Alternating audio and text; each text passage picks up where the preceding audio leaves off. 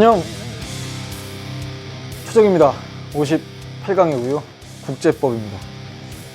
무게감이 있죠. 당장 딱 제목이 세 글자로 딱 끝나는데도 국제법 이러니까. 우리가 배우는 과목은 정치와 법이고, 그전에도 얘기를 했는데 5단원까지가 국내 정치와 법이라고 생각하시면 이제 6단원에서는 국제 정치와 법이니까 국제법. 시작을 여는 글. 오랫동안 꿈을 그리는 사람은 마침내 그 꿈을 닮아간다. 아주 유명한 문장입니다. 여러분의 꿈이 뭔지도 궁금하고, 우리 EBS의 장학생, 꿈장학생 이렇게 부르죠. 꿈이라는 말은 선생님도 꿈이 있죠. 근데 여러분이 딱 듣기에는 선생님이 무슨 꿈이 있지?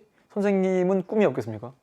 잘 때 꾸는 꿈 말고 선생님도 앞으로 뭘 더 하고 싶다라든지 어떤 더 성과를 이뤄보고 싶다, 다른 도전도 해보고 싶다, 이런 꿈이 있을 텐데, 그 꿈을 그릴 수 있으려면 꿈이 추상적이잖아요. 그러면 그릴 수 없겠죠. 그러니까 아주 구체적이고 또는 이미지 형태로 만들 수 있는 꿈, 여러분의 직업이 될 수도 있고, 모르죠. 어떤 학교 전공일 수도 있는 거고요. 아니면 또 하나의 성과일 수도 있습니다. 마침내 그 꿈을 닮아간다. 이게 어느 정도 걸리나요? 시간은 얼마 걸리는지 모르고요. 얼마만큼의 노력이 필요한지도 아무도 확신할 수 없는데, 다만 한 가지. 선생님은 꿈이라는 말이 참 어감이 좋아요. 그리고 꿈이라는 말을 쓰는 순간 뭔가 설레요. 설렌다는 건 두 가지 의미이지 않을까 싶습니다. 뭔가 아직 정해져 있지 않기 때문에 그만큼의 불확실성, 그거는 감당해야 되는 거죠. 그 꿈을 이룰 수 있을까 없을까는 불확실한 거지만, 그 꿈을 꾼다는 것 자체가 사람을 설레게 만드는 거니까 우린 그 설렘을 분명 즐길 수도 있을 겁니다. 그게 바로 인간적인 모습이라고 생각하는데, 이제 완강이 얼마 남지 않았어요. 여러분, 64강도 하나의 그 꿈 같은 느낌이에요. 선생님만 해도 그렇습니다. 처음에는 이거 언제 끝나나 차근차근 하다 보니 이제 얼마 남지 않았죠. 여러분도 좀 더 힘내주길 바라면서, 이 누군가 보니까 턱 같아 보이지만 이건 수염이고요. 선생님이 대학 때 배울 때는 그로티우스 이렇게 배웠습니다. 교과서에는 흐로티워스 이렇게 쓰여 있는 경우가 있어요. 국제법의 아버지다. 아니, 국제법의 아버지는 뭐지? 국제법을 가장 체계적으로 정리한 학자다. 그래서 교과서에 국제법 딱 시작할 때 이분 초상이 붙어 있는데, 아니 국제법의 아버지? 여러분, 우리나라에 법률을 만들 때요, 법률이 어디서 만들어지죠? 법률? 이거를 꼭 여러분이 아셔야 돼요. 이거는 지금 이 단원의 주제와 상관없이 이미 여러분들이 국회도 배웠고, 그 다음에 법률이라는 법의 단계도 정리했기 때문에 그건 국회에서 제정합니다. 우리 국내법은요, 제정하는 기관이 따로 있죠. 법률이라 하면 국회가 제정을 하고. 근데 이 국제법을 배워보면 알겠지만, 잠깐만, 국제법이라고 부르는 것들이 종류가 많긴 한데 이걸 누가 만든다라고 말하기가 좀 곤란하다면, 이 국제법을 체계적으로 정리할 때 이런저런 국제법을 나열을 하면서 각각의 특징들을 이야기하고, 사례, 그 다음에 다른 국제법과의 비교, 여기까지 좀 풍성하게 가져갔으면 좋겠고요. 다음 내용은 우리나라와 비자 면제 협정. 협정이란 말이 나오네. 맺은 국가에는 비자가 없어도 방문할 수 있어요. 네, 비자 면제 협정. 그러니까 우리나라라는 국가와 어떤 국가가 서로 국민들끼리 방문할 때 비자가 필요한 나라가 있고, 이걸 사증 이렇게 부르죠. 사증. 그래서 사증 면제 협정을 맺은 국가에는 비자가 없어도 방문할 수 있어요. 번거로움이 덜하겠죠. 두 번째, 통신에 관한 국제 표준이 제정된 덕분에 다른 나라에 있는 사람과 휴대전화로 통화할 수 있어요. 이거 우리가 못 느꼈을 거예요. 그냥 전화하면 받던데? 이런 느낌이 아니라, 통신에 관한 국제 표준이 제정되지 않았다면 각 국가별로 통신에 관련된 여러 기술적인 것들이 다르다. 그러면 국경을 넘어서 통화하기가 곤란할 수도 있고, 중간에 누군가가 매개체가 되어가지고 이걸 변환시켜주는 그런 것도 좀 번거롭게 거쳐야 되는 경우가 생길 수도 있는데, 우린 그러지 않죠. 세 번째 건 참 한 번도 생각을 안 해봤을 수 있는데요. 미터 협약을 체결한 많은 나라가 길이 단위로 미터를, 무게 단위로 킬로그램을 사용하고 있어요. 그러네. 이 미터라는 단위를 언제부터 쓰기 시작했을까? 혹은 꼭 길이나 거리를 측정할 때 미터를 써야만 되는 건 아닐 텐데 각 국가마다도 좀 다를 수 있을 텐데 미터로 맞췄기 때문에 이제는 우리나라에서 10m가 외국에서도 10m죠. 킬로그램도 마찬가지입니다. 원래 우리가 미터 단위를 쓰기 전에 썼던 길이 재는 단위는 뭐 예를 들면 뭐 척, 자, 이런 단위들을 썼을 거예요. 근데 이게 국제 표준으로 맞춰지니까 좀 더 수월하게 소통을 할 수도 있고 이제 같은 단위로 거리나 길이, 무게를 잴 수 있다. 그러니까 협약 표시하시고 표시할 게 없죠. 지금 여러분 선생님이 보여드리는 거니까. 근데 여기도 국제 표준이 무언가 국가 간의 합의를 통해서 정해졌기 때문에 우리가 일상생활에서 직접 느끼지 못했다 하더라도 좀 편하게 쓴 거 아닌가라는 생각을 해봤다면 국가들끼리 뭔가의 내용을 담아서 명시적인 이런 문서로서 합의한 내용을 우린 조약이라고 부를 거고요. 국제법의 법원으로 제일 첫 번째를 설명을 할까 합니다. 자, 우선 이번 강의에 담아내고 있는 게 국제법의 의미와 의, 그리고 국제법의 법원, 국제법의 한계인데 이게 이번 강의에 다 담기지 않을 수도 있어요. 왜냐면 국제법 파트가 생각보다 좀 정교하게 출제가 될 때 여러분이 많이 낯설어서 틀리는 경우가 있거든요. 그래서 선생님이 다음 강에 가면 이제 뒤에 있는 문제풀이와 문제풀이도 하는 건데 이제 그 전에 좀 복습하는 기회를 통해서 좀 더 확장을 사례 중심으로 해드릴까 합니다. 1번에서 국제법의 의미와 의, 여기 가장 중요해요. 국제법의 법원. 법원이 뭐지? 국회가 입법부고 행정부, 그러면 법원, 사법부, 그때 쓰는 법원인가? 아닙니다. 여기 있는 법, 원자는요, 이게 근원할 때 원자거든요. 그러니까 법의 근원, 법의 소스, 이게 뭐지? 그냥 국제법의 종류가 뭐냐? 이렇게 정리하시면 되는데 자리를 옮겨서 차근차근 시작. 자, 우선 국제법의 의미. 일단 국제법의 의미와 의의에는 어떤 걸 여러분이 확실하게 이해했으면 좋겠냐면 어차피 뒤에 가면요 국제 분쟁이라는 게 나와요. 이걸 잘 생각해 보세요. 어떤 아이디어를 줍니다. 상당히 좋은 아이디어를 줍니다. 그래서 여러분이 이쪽 내용을 정리 잘하면 이제 우리가 6단원 끝나면 정말 끝이 아니라 수능까지 준비하는 친구들이 분명히 있을 텐데 수능 공부할 때도 구체적인 사례가 나온다 하더라도 여러분이 이걸 어디다 쓰는지를 알잖아요. 그러면 이게 꺼낼 수 있어요. 국제 분쟁이라고 하면 기본적으로 국가 간의 분쟁. 왜 분쟁이 생길까요? 또 영토 분쟁일 수도 있고 자원 분쟁일 수도 있는데 손해배상에 관련된 분쟁도 있습니다. 국가 간에. 그러면 그런 분쟁이 생겼을 때 이 분쟁을 어떻게 해결할 것인가? 국제 분쟁의 해결 원칙이랄까? 원칙이라고도 쓰고 기준이라고도 쓰고 혹은 좀 더 어려운 말로 준거 이런 말도 쓰죠. 여러분 준거는 기준과 근거의 줄임말이에요. 그러니까 국제 분쟁이 생겼을 때 도대체 무엇 가지고 그걸 해결해 볼 것인가? 나중에 가면 이 국제 분쟁을 해결하는 기구도 배우게 됩니다. 국가 간의 국제 분쟁을 해결할 때 유엔에 우리 전강의 유엔 얘기했죠. 1945년에 창설된 국제연합이 있는데 그 국제연합 산하에 사법기구가 있습니다. 그걸 국제사법재판소라고 정의를 할 건데 그러면 국제사법재판소가 국가끼리 찾아왔어요. 그럼 뭔가 기준이 있어야 그 사건을 해결하거나 하지 않겠습니까? 그래서 그걸 국제법이다 이렇게 정리하시고 또는 이 국제법을 따라야 되는 건 누구냐? 그러게 국제법을 누가 따라야 되지? 잘 생각해 보세요. 우리 국내법은요 당연히 대한민국 국민들이 따르죠.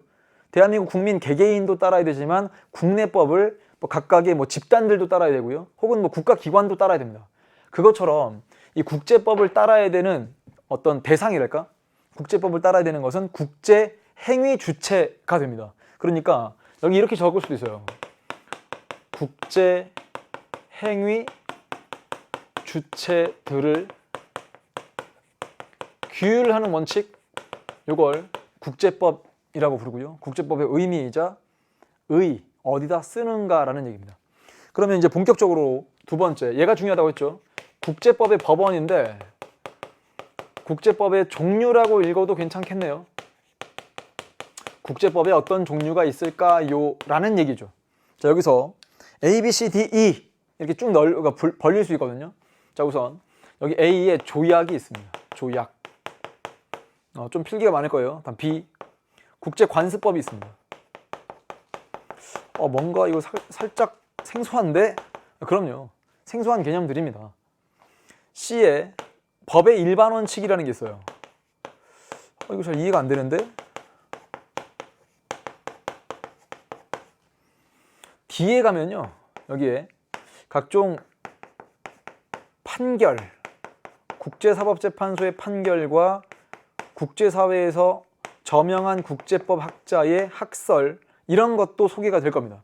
그럼 이거를 아주 대등하게 A도 있고 B도 있고 C도 있고 D도 있겠구나 라고 정리한다기보다는 이게 적용의 순서라는 게 있어요. 적용의 순서. 그래서 차근차근 설명해 드리는데,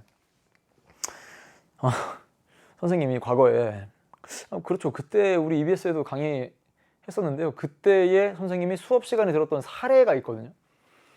선생님도 이제 대학 때 국제법을 배울 때 들었던 어떤 사례가 떠올라서 그냥 강의에 녹여냈던 사례가 있었습니다. 근데 그 사례가 꽤 된 얘기긴 한데 수능에 고스란히 나와서 선생님도 솔직히 좀 이건 내가 뭐 적중시키려고 적중한 게 아닌데라는 느낌으로 얘기를 했던, 그 선생님이 상당히 솔직한 사람이에요. 만약에 뭐 적중시키려고 했는데 딱 나왔다 그러면 막 적중 이럴 텐데, 그게 아니라 이해를 돕기 위해서 했던 사례가 시험에 나와서 선생님도 그냥 뭐 아주 뭐 고맙게 여기면서, 근데 우리 제자들은 뭐야 이게 뭐 똑같은 사례야 이렇게 생각했을 수도 있겠죠. 이게 어디다 쓸모 있는 건지를 좀 소개를 해드릴 테니까요, 한번 이거를 뭐 여러분 교재에 예를 들어 158페이지 위에 여백이 있잖아요. 살짝만 좀 적어볼래요? 이거 나중에 썼다 지울 건데요, 여기 강이 있어요. 강이 이렇게 흐릅니다. 우리나라에도 강이 많잖아요. 근데 우리나라의 사례라기보다는 저쪽 유럽 사례라고 생각하시면 좋은데, 왜냐면 유럽에 가면 뭐 가본 적 없지만 갔다 온 것처럼 얘기를 해보면, 와, 유럽 가보니까 강이 이렇게 쫙 흐르는데 이 강에 여러 국가들이 국경을 맞대고 있어요. 이걸 국제하천이라고 부르거든요. 국제하천은 유럽에만 있는 거 아니죠. 아프리카 북부에도 있고요, 뭐 다양합니다. 국제하천의 의미는 그냥 말 그대로 국제적으로 흐르는 하천이라는 얘기는 여러 국가들의 국경을 관통하거나, 아니면 뒤집어 해석하면 이 하천 이용에 여러 국가들의 이해관계가 얽혀 있는 걸 국제하천이라고 생각하시면 돼요. 이 국제하천의 상류 부분을 갑이란 나라가 이 국제하천의 상류에 있습니다. 그리고 을국, 여기 있습니다. 을국. 병국도 있어요. 정국도 있죠. 우리 정국. 네. 여기 갑국, 을국, 병국, 정국이 이 한 하천을 놓고 여러 이제 국경도 맞대고 있고, 그다음에 이해관계를 함께하고 있는데, 아니 물은 당연히 뭐 높은 곳에서 낮은 곳으로 흐르니까 뭐 이렇게 흐르겠죠. 물은 이런 식으로 가정하는 거니까. 자, 그때 갑국이, 야, 우리 댐이 필요해. 그래서 여기 댐을 짓습니다. 댐이 필요한 이유는 많습니다.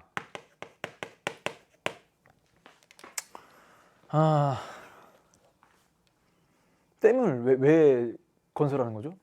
일정 정도의 수위를 유지하면서, 그러네요, 발전도 할 수 있고, 그 다음에 이렇게 통행로로 쓸 수도 있고, 아니면 물이 고이기 시작하니까 자연 경관이 또 좋아지기도 하죠. 수몰되는 지역도 있긴 하지만, 그래서 뭐 수상 스포츠도 하기도 하고, 물이 풍부해지니까 주변에 물을 각종 농업용수 등으로 공급할 수도 있습니다. 갑국은 탁월한 선택이었어요. 댐을 지었어야 돼요. 갑국 입장에서는. 그건 갑국이고, 을국과 병국과 정국은 얼마나 당혹스럽겠습니까? 왜요? 아니 사실상 선생님이 이거 어떻게 생각하냐면 위에서 수도꼭지를 거의 잠근 것 같은 느낌일 거예요. 왜냐면 이때 상류에 이 댐을 건설해버리면 중하류로 내려올 때 을국, 병국, 정국이 충분히 활용할 수 없을 만큼의 이제 물이 부족해질 거거든요. 아니 그러면 을국, 병국, 정국이 너 뭐 하는 거냐? 지금 네 나라의 영토를 통과한다는 이유만으로 이 하천을 그냥 너희의 의지만으로 활용하는 건 곤란하다. 지금이라도 이 댐 건설을 포기해라 라든지, 아니면 댐 건설로서 을국, 병국, 정국에게 피해를 야기했다면 손해배상을 해라. 각국은 이렇게 얘기합니다. 그 무슨 소리냐? 아니 우리 영토를 관통하는 그 지역에다가 내가 댐을 짓는데 왜 그걸 니네 나라들한테 허락을 받거나 그다음 손해를 입혔다. 이게 잘못된 일이 아닌데 왜 손해를 입혔다 해서 손해배상을 해야 된단 말이냐. 이렇게 분쟁이 생길 수 있어요. 자, 그럼 첫 번째 아이디를 내보죠. 이 국제하천, A하천이라고 칠게요. A하천 이용에 관한 을국과 병국과 정국 사이에서 명시적으로 주고받은 협약이 있었다고 칩시다. 이걸 조약이라고 불러요. 예를 들면 자, 요 하나의 하천을 나만 쓰는 게 아니니까 이 하천 이용에 대해서 다른 국가와 좀 협의할 것, 혹은 협의하지 않고 뭔가 건설을 해서 다른 국가에 피해를 야기했다면 뭐 손해배상을 하겠다라든지 뭐 이런 내용을 담은 조약이 있다고 칩시다. 그런 조약은 을국과 병국과 정국에게만 효력을 미치는 거예요, 여러분. 이 특징을 꼭 기억하셔야 돼요. 즉 조약이라고 하는 건 그 약속이거든요. 합의된 약속. 그럼 우리가 평상시에도 생각해보면 되게 단순한 거예요. 약속은 약속한 사람들끼리만 지키는 거거든요. 그렇지 않습니까? 예를 들면 친구끼리 이렇게 해서 야, 우리 꼭 생일 맞은 친구들한테 꼭 선물 주기로 약속하자. 3명이서 약속했어요. 근데 다른 친구한테 그걸 강제할 수 있습니까? 우리 3명이 생일일 때는 선물 주기로 했거든. 얘 생일이니까 너도 선물 줄래? 라고 하면 그 친구는 자발적으로 주면 주지만 내가 왜 줘야지? 아, 우리끼리 약속했거든? 니네끼리 약속한 걸 가지고 왜 나한테 선물을 달라고 하냐, 이런 느낌인 거예요. 니네끼리 약속한 거 가지고 왜 나에게 선물을 달라고 하나, 이런 식으로 생각한다면 조약은 이런 특징을 갖게 됩니다. 뒤에 적을 겁니다. 체결한 나라만 따르면 된다. 이걸 체결 당사국만 구속한다 라고 표현하거든요. 그러니까 첫 번째로 만약에 갑국, 을국, 병국, 정국이 합의해서 국제사법재판소라는 곳에 찾아와서 재판을 신청했다고 하더라도 국제사법재판소는 갑국을 제외한 나머지 국가들이 맺은 조약을 가지고 갑국에게 뭐 이래라 저래라 말할 근거가 없잖아요. 왜? 이 조약의 갑국은 체결한 당사국이 아니므로. 아, 그래? 그럼 이 사건을 해결할 수 있는 방법이 없단 말이야? 아, 국제사법재판소의 재판관들의 고민이 깊어지겠죠. 자, 그러면 두 번째로 찾는 거. 혹시라도 하천을 이용하는 데 있어서 오랜 기간 동안 국제적으로 성립된 관행이라는 게 있어서 모든 국가들이 그걸 법처럼 따르고 있는 게 있나? 아, 이게 국제관습법이거든요. 다시 한번. 이 하천 이용에 관련해서 오랜 기간 동안 국제사회에 반복적으로 행해져 오던 관행이 존재하면서 그 국가들이 그걸 법처럼, 당연히 지켜야 되는 법처럼 따르고 있는 그런 내용이 있나? 이게 바로 국제관습법이거든요. 그걸 찾아본 거예요. 아, 그런데 안타깝게도 이 하천 이용에 관련된 국제관습법은 이 사례에서 존재하지 않았다. 그러면 또 한 번의 고민이 깊어질 겁니다. 아, 이 사건을 어떻게 해결해? 자, 그러다가 또 한 번의 고민. 그러면 갑이란 나라에 법률이 있을 거예요. 을국, 병국, 정국도 전부 다 문명국가다. 법 질서를 갖고 있다라고 한다면 갑국도 갑국 나름의 법이 있고 을국도 을국 나름의 병국, 정국 다 마찬가지라고 한다면 문명 국가들이 공통적으로 가지고 있는 어떤 법의 일반적인 원리, 원칙 이런 게 있다면 비록 갑국 내에서 쓰이는 국내법이고 을국, 병국, 정국 다 마찬가지지만 똑같이 갖고 있는 법의 원리가 있다면 이걸 보편적인 원리로 꺼내서 쓸 수 있는 거 아닌가? 그게 바로 세 번째 법의 일반 원칙이라는 겁니다. 자, 미리 말씀드릴게요. 그 법의 일반 원칙의 사례에는 손해배상의 원칙이라는 게 있어요. 그거는 우리나라도 있죠. 우리나라도 손해배상의 원칙이라는 게 있기 때문에 우리가 민법 공부할 때 불법행위와 손해배상을 정리했던 거고요. 또 하나, 신의성실의 원칙과 권리남용 금지의 원칙이라는 것도 있습니다. 그러니까 우리 민법에도 2조에 다 나와 있거든요. 2조 1항, 2항 이렇게. 자, 어떤 내용이냐면 권리의 행사와 의무의 이행은 신의, 믿음이라고 하는 것에 좇아서 성실히 할 것, 그리고 권리는 남용하지 못한다. 이거거든요. 자, 권리는 남용할 수 없다. 이게 무슨 말이냐? 비록 자기에게 주어져 있는 권리를 행사하는 듯 보이지만 그 권리 행사로서 타인에게 손해를 입히는 것이라면 그건 권리 남용에 해당하여 그 권리 남용을 금지하고 있습니다. 그게 우리 민법에도 있고 뭐 세계 각국의 문명 국가들은 다 갖고 있는 것이다라고 한다면 지금 갑이라는 나라가 갑국의 영토에 댐을 건설하고 있어서 갑국 입장에서는 권리를 행사하는 것처럼 보이지만 이 자체가 다른 국가들에게 손해를 야기했다면 이건 권리를 남용한 것으로서 손해를 배상해야 한다라고 판결할 수 있는 근거가 있다는 겁니다. 그러니까 지금 선생님이 어떻게 따지고 있어요? 첫 번째, 이 네 나라가 다 이 국제하천 이용에 관련해서 조약을 맺은 게 있나? 찾아봤죠. 근데 그게 없던 겁니다. 두 번째. 그럼 반복적으로 행해져 오던 국제 관행에 법적 확신이 들어가 있는 국제관습법이라는 게 있나? 없어요. 그러면 재판을 안 하겠다, 거부하겠다, 너희들이 알아서 해라 하는 게 아니라 법의 일반 원칙이라는 것도 찾아봤습니다. 찾아보니까 신의성실의 원칙, 권리남용 금지 원칙, 손해배상의 원칙, 그렇구나. 이 원칙을 가지고 갑국에게 을국, 병국, 정국에게 손해배상을 해라 라고 말할 수 있구나. 그게 바로 국제법을 적용해서 국제 분쟁을 해결하고 있는 모습입니다. 그러면 갑국, 을국, 병국, 정국은 그 판결에 원래 따라야 되거든요.